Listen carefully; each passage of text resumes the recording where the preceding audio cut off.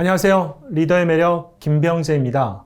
오늘 다룰 영화는 리더의 매력에서 다루었던 머니볼, 앞으로 다루게 될 예정인 블라인드 사이드 등의 작가로 잘 알려진 마이클 루이스의 논픽션 빅 쇼트를 바탕으로 만들어진 영화이고, 다들 알고 계실 2008년도 미국의 서브프라임 모기지 사태를 소재로 하고 있습니다.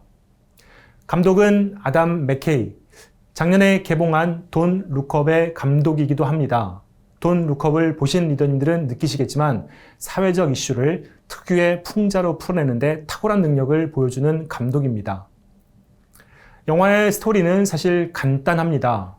포스터에서 보여지는 4명의 주인공, 위로부터 마이클 버리, 마크 바움, 제라드 베넷, 벤 리커트, 이들이 미국 서브프라임 모기지가 파산한다는 곳에 베팅해 엄청난 수익을 거두는 과정, 그 과정에서 미국 금융시장의 민낯, 사기 아닌 사기와 부조리, 그리고 그 결과로 고통을 겪게 되는 많은 사람들의 모습을 보여줍니다. 어제 말씀드린 것처럼 영화를 이해하시는데 다소 어려움을 겪으셨던 혹은 겪으실 분들도 계실 텐데요. 영화의 배경이 된 서브프라임 모기지 사태와 기본적인 금융 용어들을 친절하게 매력적으로 설명드리도록 하겠습니다. 2000년대 초 IT버블 9.11 테러 등으로 경기가 악화된 미국이 경기를 부양시키기 위해 초저금리 정책을 시행하게 되고, 사람들은 대출을 못 갚으면 주택 팔아 갚으면 되겠지 라는 생각으로 빚을 내 주택을 사들입니다. 이 과정에서 신용등급이 낮은 저소득층들을 대상으로 집 시세의 거의 100% 수준의 주택자금을 빌려주는 미국의 주택담보대출 상품인 서브프라임 모기지는 엄청나게 팔려 나갑니다. 수요가 많으니 부동산 가격이 빠른 속도로 상승하고 금융기관은 손해볼 게 없습니다. 그러나 2004년 저금리 정책을 종료하면서 버블은 꺼집니다. 금리는 올라가고 신용등급이 낮은 대출자들은 원리금을 제대로 갚지 못하게 되죠. 사람들은 집을 팔아 대출금을 갚으려 하지만 이미 집들은 넘쳐나고 수요는 없습니다. 결국 부동산 버블이 빠지며 가격은 폭락하고 사람들은 줄줄이 파산하게 됩니다. 증권화되어 거래된 서브프라임 모기지론을 구매한 금융기관들도 대출금 회수 불능 상태에 빠져 파산하기 시작합니다.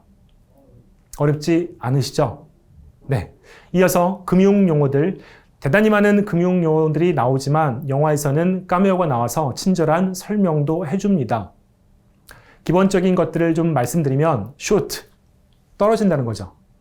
롱, 올라간다는 거고, 영화 제목인 빅, 숏, 말하자면 빅, 크게, 숏, 떨어진다는 것을 예상한다는 뜻입니다.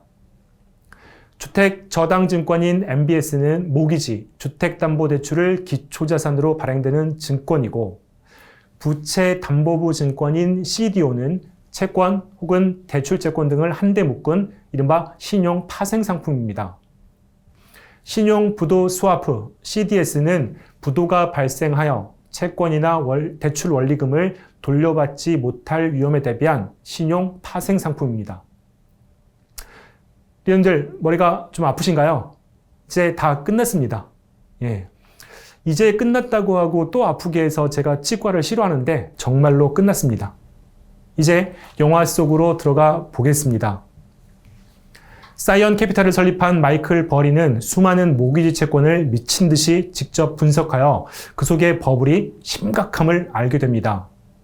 모기지 채권의 하락에 베팅, 즉 공매도 하게 되고, 골드만삭스 등의 금융기관에 직접 찾아가 모기지 채권이 부도나면 돈을 버는 상품인 CDS, 신용부도 스와프를 만들어달라고 요청하게 됩니다. 골드만삭스, 도이치뱅크 등 많은 투자은행들은 버리를 미친 사람 취급을 하죠. 당시의 주택가격은 가격이 오르고 있었으니까요. 13억 달러의 공매도, 마이클 버리의 미친 짓에 관심을 보이는 소수의 사람들은 직접 주택시장의 현실을 확인해 보기로 합니다. 사람도 아닌 강아지 이름으로 대출받은 집, 주인은 없고 빈집에는 연체 통지서뿐. 영화 대사처럼 집은 100채인데 사람은 4명입니다. 이들은 시장 조사를 마치고 확신에 차 버리의 공매도에 동참하게 됩니다. 저금리 정책의 종료와 함께 2007년 초 모기지론 연체율과 채무 불이행률이 최고치를 경신합니다. 그러나 서브프라임 모기지 채권 가격이 되레 오르면서 마이클 버리를 비롯한 소수의 사람들은 투자은행에 큰 수수료만 지불하게 됩니다. 왜일까요? 많은 신용 평가사들은 본인들의 큰 고객인 투자은행과의 관계를 유지하고 싶어 그들이 만든 모기지 채권과 모기지 채권 등을 묶어 만든 파생 상품인 영화에서 똥으로 표현된 CDO, 부채 담보부 증권의 등급을 내리지 않았기 때문이죠. 버블은 언젠가는 꺼지기 마련입니다.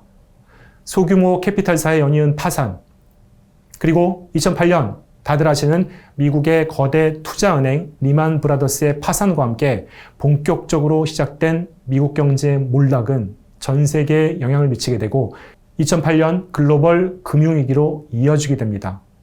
물론 극히 소수만은 큰 돈을 벌게 됩니다. 참고로 포스터의 4명은 모두 실존 인물을 바탕에 두고 있으며 마이클 버리는 본인이 세운 사이언 에셋 매니지먼트를 통해 지난 2020년 우리나라 주식시장이 폭락했을 때 줍줍 해서 큰 수익을 거두기도 했습니다. 리더님들, 매력 자산을 다루고 있는 리더의 매력에서 경제, 그 중에서도 금융시장을 다룬 영화를 선택한 이유. 영화에서 4인 중 1명인 벤과 함께 공매도에 동참하여 큰 돈을 벌 수 있게 된 두 젊은 친구들이 기뻐 어쩔 줄 몰라 할 때 벤이 얘기합니다. 수많은 사람들이 직장도 잃고 퇴직금도 잃어. 춤추지 마. 네. 우리가 내적 매력의 지적 호기심을 바탕으로 해서 끊임없이 경제를 이해하고 공부해야 하는 이유입니다. 물론 2008년과 지금 2020년의 상황은 많이 다릅니다. 금융 시스템도 많이 보완되어졌고 금융 소비자들의 이익을 보호하기 위한 많은 제도도 만들어졌으며 일반 국민들도 그 어느 때보다도 현명해졌습니다. 그러나 변하지 않는 것, 경제는 우리 모두의 많은 것을 좌우합니다. 안정된 삶의 터전도, 노후의 여유로움도, 어떤 경우에는 삶 그 자체까지도요. 다양한 내적 매력과 외적 매력, 매력 자산이 없는 경제적 여유로움은 허무하지만 경제적 여유로움이 없는 매력 자산 또한 공허할 수밖에 없습니다. 선진국일수록 금융 및 자본시장은 발달하게 되어 있습니다. 시장이 발달한다는 것은 수요의 다양화에 따라서 상품이 세분화되고 복잡해진다는 것이고 이에 따라 공급 또한 다양화지고 참여 주체도 다변화됩니다. 여기에는 필연적으로 기회와 위기 요인이 상존할 수밖에 없습니다. 이 영화를 경제물로 이해하시겠지만 제가 보기에는 호러물이기도 합니다. 경제와 금융 및 자본시장을 제대로 이해하면 자산 축적의 기회가 되지만 그렇지 않으면 호러, 공포가 될 수 있습니다. 오늘은 영화 빅쇼트를 통해 리더님들께서 매력 자산의 개발을 통한 높은 자존감과 더불어 경제자산 축적을 위한 경제 시스템, 그 중에서도 금융 및 자본시장에 대한 이해의 노력을 강조해 드렸습니다. 경제자산 축적을 위한 노력을 열심히 하시면 경제에 대한 높은 자존감도 생기시게 됩니다. 그럴수록 명심하셔야 할 사항은 영화에 나오는 마크 트웨인의 말처럼 공경에 빠지는 건 뭔가를 몰라서가 아니다. 뭔가를 확실하게 안다라는 착각 때문이다. 입니다. 겸손은 사람을 대할 때만 필요한 것이 아닙니다. 시장을 대할 때는 더욱 겸손해질 필요가 있습니다. 시네마를 통한 공감 마감입니다. 하루하루 도전하고 공감 및 소통하시면서 쌓아나가시는 내적 매력, 지속적으로 건강을 관리하시고 자신감 있는 태도와 자세로 늘어나는 외적 매력과 함께 경제자산의 축적을 위한 끊임없는 노력, 다시 한번 강조해 드립니다. 리더님의 경제에 대한 이해의 노력은 충실하게 이루어지고 있으신지, 그리고 마지막에 제가 강조드린 것처럼 어느 정도의 겸손함을 갖추고 계신지도 생각해 주셨으면 합니다. 내일은 영화 이보다 더 좋을 순 없다입니다. 이런 말을 할 수 있다면 얼마나 행복한 삶일까요? 이런 행복한 삶을 살기 위해 갖춰야 할 매력 자산 내일 확인해 보도록 하겠습니다. 감사합니다.